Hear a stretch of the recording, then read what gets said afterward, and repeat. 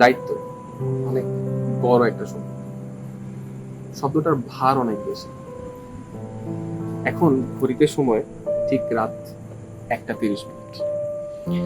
এই সময় হয়তো আপনি আপনার বাসায় সেই আলিশান বেডরুমে শুয়ে আপনার বাচ্চাকে জড়িয়ে ঘুমাচ্ছেন, কিন্তু ঠিক এই একই সময় রাত 1:30 হয়তো কেউ জীবনের তাড়নায় পরিবারটাকে আরেকটু সচ্ছলভাবে চালানোর জন্য ছুটে চলেছে অর্থ উপার্জন।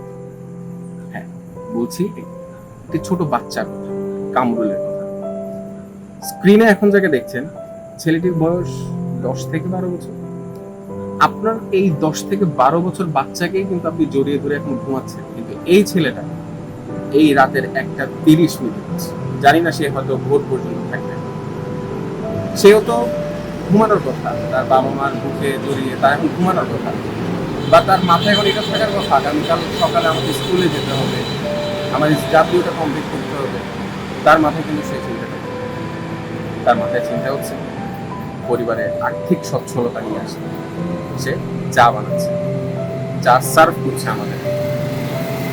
আমাদের অনেকেরই কিন্তু অনেক ধরনের অভিযোগ থাকে, আমাদের এটা নেই ওটা নেই, আমাদের অনেক রকম অভিযোগ থাকে, কিন্তু আপনি ওর থেকে কোনো অভিযোগ পাবেন? যদি অভিযোগ থাকতো, তার সর্বপ্রথম অভিযোগ থাকতো, আমি এই পরিবারে কেন জন্মগ্রহণ করলাম যেখানে আমার আরামের ঘুম বাদ দিয়ে সামান্য অর্থ উপার্জনের জন্য রাতের ঘুম বিসর্জন দিয়ে আমাকে এখন টাকা ইনকাম করতে হবে।